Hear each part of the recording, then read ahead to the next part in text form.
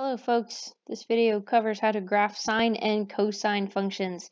In your textbook for reference, it is chapter 6, section 3. So you just watched a video clip on a simulation of the graphing of a sine curve. So I took snapshots from that video to kind of talk about essentially how the curve comes about if you're still having a hard time understanding that.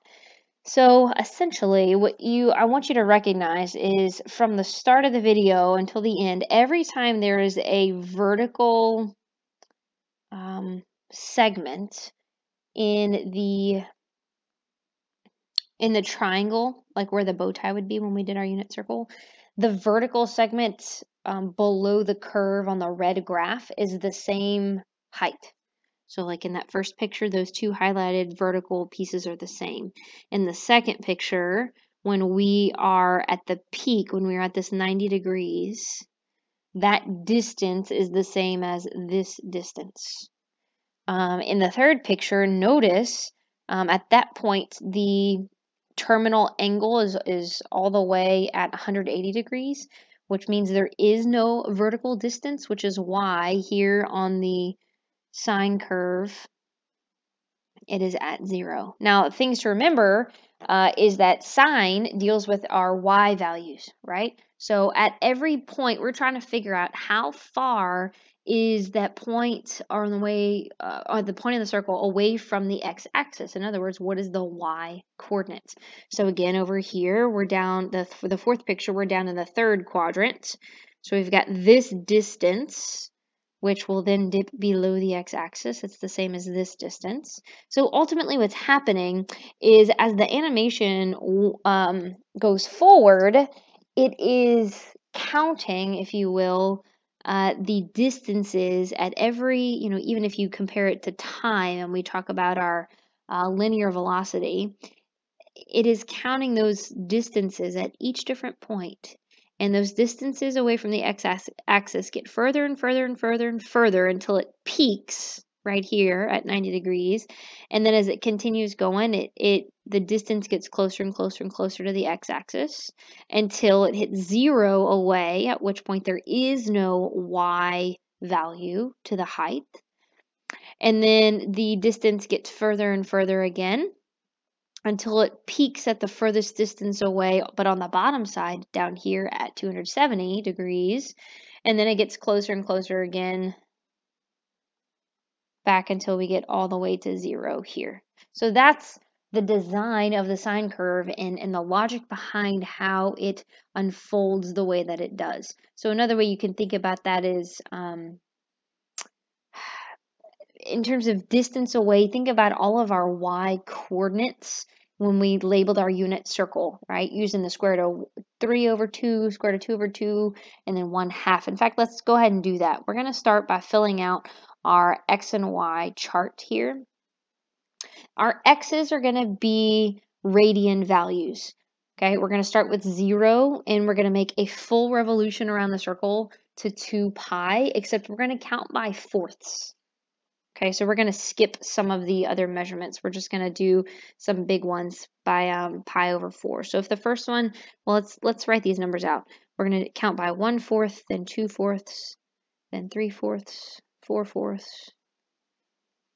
5/4, 6/4, 7/4, and then 8/4. Okay, so 1/4 is going to be pi over 4. 2/4 will be, it reduces to 1/2, so it's going to be pi over 2. Then we've got 3 pi over 4. 4 over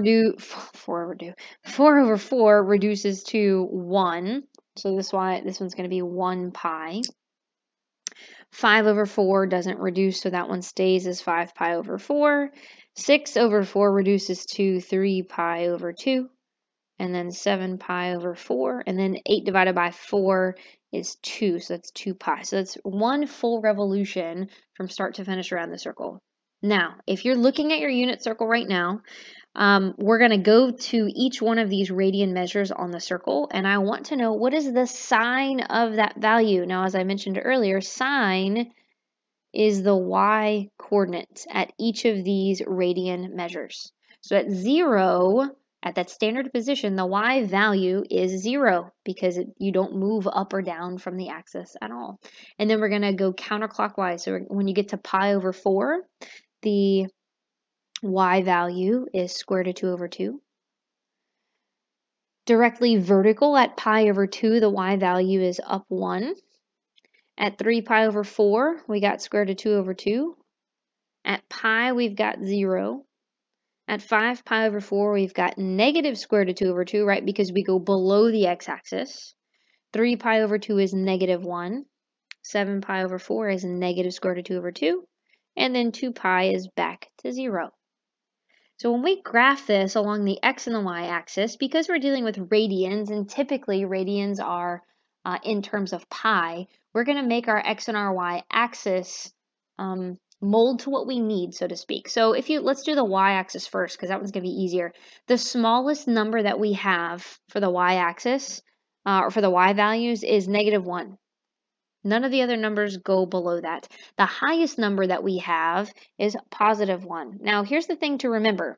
This is what is called one period, from 0 to 2 pi. If we continued our table beyond 2 pi, or even below 0, hopefully you would understand that, without me having to draw it, that I get the same values over and over and over again, right? Because all I'm doing is spinning around the same unit circle over and over and over again. And that has to deal with coterminal angles. So 2 pi, if I ended up doing 9 pi over 4, that's no longer on the unit circle, but it is coterminal with 1 pi over 4. So that one would go square root of 2 over 2 again. And then we'd continue the pattern. Then we do 10 pi over 4, which is 5 pi over 2. And then, you'd get your, oh wait, I said that wrong.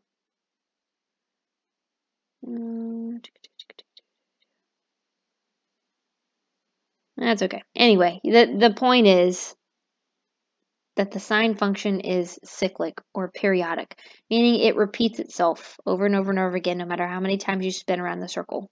Therefore, what I have here in this one period from 0 to 2 pi is enough. On my y-axis, my smallest value is negative 1. My greatest value is 1. So those are going to be pretty easy. On the x-axis, instead of marking all of these numbers, we'll skip the fourths and we'll count by halves. Okay, so you'll need about 8 or so tick marks, at least to the right. And then to the left, you can do about 3 or 4. So to the right, like I said, we're 0 obviously is here at the origin. We're going to skip pi over 4, and then we're going to write pi over 2. We're going to skip 3 pi over 4. We're going to write pi. We're going to skip 5 pi over 4. We're going to write 3 pi over 2. And then we're going to skip 7 pi over 4, and then we're going to write 2 pi. Okay, to the left side, remember it's just going around the circle the other direction. So we'd have negative pi over 4. I'm going to skip that one. Then we'd have negative pi over 2. Then negative 3 pi over 4. Then negative pi, etc., etc. Okay, so let's graph these coordinates. Let's start with 0, 0. That one's the easiest. That one is here. Then at pi over 4, so that's this first tick mark, the y-coordinate is square root of 2 over 2. So you could plug that in your calculator, realize that the decimal, when you divide, that's about 0.707, and you can estimate where that would be if you'd like, or just go to pi over 2, which is going to be about 1. So about 0.707, let me go back to this one, it's going to be a little bit more than halfway, something like that. Okay, then at 3 pi over 4, same thing, will be about 0.707 for square root of 2 over 2. And then at pi, we're down here to 0. At 5 pi over 4, so at this one, we're at negative square root of 2 over 2, so that's going to be about negative 0.707. 3 pi over 2 is at negative 1. 7 pi over 4 is at negative square root of 2 over 2, so again, we're at about negative 0.707. And then at 2 pi, we are back to 0. So if I were to graph this curve, making note of the fact that we skip a lot of radians in between, right? We just did We counted by fourths. So make sure when you draw, you don't just connect the points linearly. Go ahead and make sure that they have a nice curve to them, like so. As mentioned before, sine functions are periodic. So they continue to repeat themselves over and over and over again. So if this continued on and we did more, it would continue with the same shape and go on forever and ever in that direction. And same thing over here. It would go, so let's see, at pi be down here, or at negative pi over 2 be here, and then be back up there at pi. So then it'd keep going that way. Okay, by definition, a period is what the part of the graph that's drawn in blue. Essentially, all it is how long to get through one cycle. So how long for the graph to get through just one cycle. In the picture, it's what I have drawn in blue. That's one cycle. So the full period is 2 pi, and that makes sense because it's one complete revolution around the circle before things start repeating. The domain deals with x values, right? So I want to know what x values does my graph cover? In other words, what is the smallest x value my graph reaches? And then does it continue forever and ever, or are there any discontinuities? And then what is the furthest right that it goes? Well, it spans all the way from negative infinity to the left, and there are no breaks in it ever, and then it continues all the way to positive infinity to the right. So you can either write that as negative infinity to infinity, or you can just write all real numbers. So this is interval notation is negative infinity to infinity, or you can write all real numbers. The range deals with the y-axis. The smallest y value that our graph reaches, the biggest y value that our graph reaches. Well, again, either by looking from the table or when you look at the graph, the smallest y value that it'll ever touch is -1. The biggest y value is +1, and it can equal those values. That's why we can use brackets. You can write it like this in interval notation, or you can write it in inequality notation, whichever your preference is, which might be just -1 is less than or equal to y is less than or equal to 1. Okay, x-intercepts. Here's the thing to note. On the picture, I see about 3 x-intercepts that I've actually marked. But the issue is that they're an infinite amount of x-intercepts. I can't name them all. So if I can't name them all, then I can't make a list. I need to write an expression that represents the infinite amount of x-intercepts that there are. So notice the first one starts at 0, and then it occurs for every pi value later, right? My first intercept starts here at the origin. The next one occurs a length of pi later. The next one occurs at 2 pi. And if we continue, the next one would occur at 3 pi and 4 pi, etc. And they will pop up again here to the left as well at -pi, -2 pi, -3 pi. So how can we represent that as an expression? Well, if we use a variable, then we can say that the x-intercepts are simply going to be, let's say they're located at pi n. Well, let's say x equals pi n. X equals pi n. Where n is an integer. N is an integer. Now, another way of writing an integer is you can also say n is an element of the integers. We use a capital Z like this, kind of like we do for all real numbers. Integers are z's. So this is the set of integers, if you prefer to write it that way. The set of integers. Okay. Y-intercepts. This one is a lot less complicated because if you look at the graph, the sine function only touches the y-axis once, and it touches it at 0 at the origin. So y-intercept is just simply going to be y is equal to 1. Well, no, I need to, well, how do I want to say that? Technically, the y value there is 0. Yeah, I'm sorry. Let's say y equals 0. Looking at the wrong thing here. Okay, maximum values. The issue with that, again, is that there are an infinite amount of maximum values, right? Max values are the highest points on your graph. Well, a max value occurs here. It tips out at +1, and then it dips down, and then it pops back up again, and then I hit another max value there at +1, and then it repeats over and over and over again. So there are an infinite amount of maximum values. Where are they? Well, they are y equals 1, right? Y values of 1, and they occur often. So again, I need to figure out an expression that represents all of the maximum values. So we could say that they occur when? The first one occurs right here when x is pi over 2. So there's one of our max values. It occurs when x is pi over 2, and then it happens again. This distance from one max to the other is another full period. So it occurs again a whole distance of 2 pi later. So the way that we can represent that is that it occurs when, so y equals 1 occurs when x equals pi over 2 is the start of the max, plus 2 pi n, again where n is just an element of the integers. And what that means is it can also go into the negatives as well, negative whole numbers. Okay, minimum values are similar to this.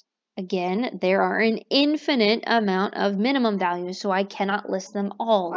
Instead, I need to write an expression that represents when do these min values occur.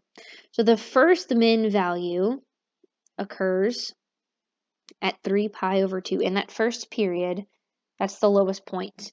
And then it occurs again over here, again another period later of 2 pi. So we're going to say our min value is y equals -1, and it occurs when our starting value is when x is equal to 3 pi over 2 plus any period after that, or minus any period after that. So we're going to say plus 2 pi n when n is an element of the set of integers. Last thing to discuss about the sine function is this idea of points of inflection. We talked about points of inflection back in an earlier chapter. So just to review, inflection, we need to think of the terms concave and convex. So it's not max and min values. They are in the curve somewhere along an increasing or decreasing length of curve. The inflection of the curve changes. For instance, if we, let's say, started at this max here. As I start at this max, I fall down the curve, and you could call this concave. So if this is a concave, or I guess it depends on how you look at the curve, if you're going to call it a concave down or convex or whatever. But notice its curve is pointing downward. Right? Once it hits this point, once it hits pi, it flips over, and now the curve is pointing upward. Or like, if it was holding water, it would now start to hold water upward, and it would continue holding water until it got to this point. And at that point, the curve flips back over again, and it stays flipped over, emptying the bucket of water until it gets to this point. And at that point, the bucket flips over again, and it now can hold water. So every time that you think about a bucket holding water flipping over either direction, those are where points of inflection occur. So notice when I just traced over those curves, the points of inflection, it flipped over every time the graph hit the x-axis, right? There was a point of inflection here, and here, and here. And that would continue occurring. Therefore, what that means is when we list the points of inflection, they coincide with the x-intercepts, meaning there are also an infinite amount of points of inflection. And we can say that the points of inflection occur when x is equal to pi n, when n is an element of the set of integers. So that is how to graph the sine function. The cosine function is similar, except you and I both know that cosine of any of these angles in our unit circle refers to the x-coordinate at each one of those angles. So we're going to make our table of values. Again, we're going to count using radians. We'll count by fourths. So the same x values as the sine chart. 0, pi over 4, pi over 2, 3 pi over 4, pi, 5 pi over 4, 3 pi over 2, 7 pi over 4, and then a full revolution over to 2 pi. And same thing, we're going to look at the unit circle, except this time when we hit each of these radians, I want to know what is the x-coordinate at each of these angles instead of the y-coordinate. So the x-coordinate at 0 is 1. You move to the 1 right from the origin. At pi over 4, we're at square root of 2 over 2. At pi over 2, the x-coordinate is 0 because you don't move to the left or to the right at all at that vertical line straight up. At 3 pi over 4, we're at negative square root of 2 over 2. At pi, we're at negative 1. 5 pi over 4, we're at negative square root of 2 over 2. 3 pi over 2, the x-coordinate is 0. At 7 pi over 4, the x-coordinate is square root of 2 over 2. And at 2 pi, we get to the same coordinate at 0. I'm sorry, at 1. Similarities between the curves, they have the same y range. So the smallest y value that occurs is negative 1. The biggest y value that occurs is 1. And cosine functions are periodic or cyclic as well, meaning it will repeat itself over and over and over again, and you will never hit any other numbers. So we can go ahead and fill out our range. We know that it's going to never be any smaller than negative 1, and it will only go up to positive 1. So you could either write it in interval notation, like so, or if you prefer inequality notation, it would look like this. Okay, along our x-axis, we're going to have the same tick marks, so you need about 8 tick marks to the right.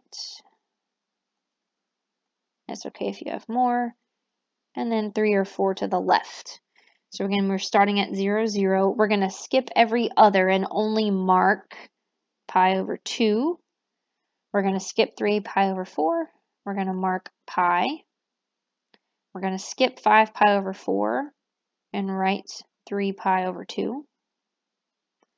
Skip 7 pi over 4, write 2 pi. And again, it would continue on and on and on and on and on if we wanted it to. On the left side, we're going to skip negative pi over 4. We have negative pi over 2. Skip negative 3 pi over 4, and then you're at negative pi.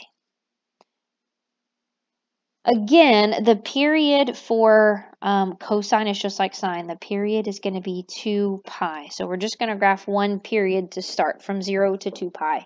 So at 0, the main difference between the two functions is that the cosine graph starts up here at 1. Sine graph starts at the origin. So cosine graph at 0 has a y value of 1. At pi over 4, it dips down to square root of 2 over 2, which is about 0.707. And then at pi over 2, we're down at 0. At 3 pi over 4, we're at negative square root of 2 over 2, which is down here. At pi, we're at negative 1. Then at 5 pi over 4, we're at negative square root of 2 over 2. At 3 pi over 2, we're at 0. At 7 pi over 4, we're at square root of 2 over 2. At 7 pi, well, I just said that. Oh yeah, at 7 pi over 4, I'm sorry, we're at square root of 2 over 2. And then at 2 pi, we're up here at 1. Now, at first glance, this may look kind of like a little messed up absolute value function that makes the letter V, But again, we know that it's coming from the circular motion of the unit circle. Therefore, you need to make sure that these have lovely curves. Oh, mine is really pretty. That's what I get for writing with the stylus. This is kind of difficult. So in essence, there is your curve. The blue part is one period. However, as I mentioned earlier, it is cyclic. So it would continue over and over and over again. Same thing to the left side. I probably should have made that go through pi.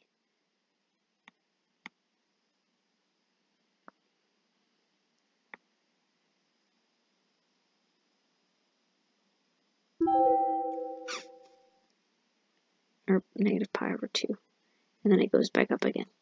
Okay, anywho, domain goes all the way to the left, all the way to the right. You can write that in a couple different ways. You can write it as all real numbers, or you can write it in interval notation as negative infinity to positive infinity. So these things are the same in both functions. The x-intercepts and the y-intercepts and max and min and points of inflection are similar, but they occur at different, it's almost like it's shifted over, right? They occur at different spots. Because the interesting part is that if we were to cut off this curve, or maybe start the curve here at 3 pi over 2, and finish the curve here, in between my red marks is exactly what the sine curve looks like. Okay, but the thing is that your cosine curve is shifted, or I could have done between this red mark and this red mark is another sine curve, right? So it all depends on where it intersects the y-axis.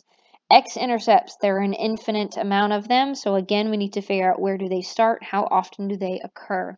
The first x-intercept occurs at pi over 2. So we'll say x equals pi over 2.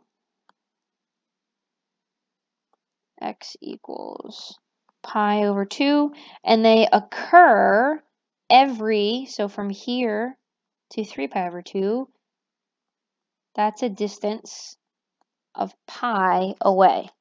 So it occurs at pi over 2, and it will happen again at every pi n, when n is an element of the integers. Y-intercepts, again, the easy one, it only touches the y-axis, which occurs at y equals 1. Maximum values, again, there are an infinite amount. The first one occurs here at, well, they all occur at y equals 1, so let's say that. So the y is equal to 1 occurs every time.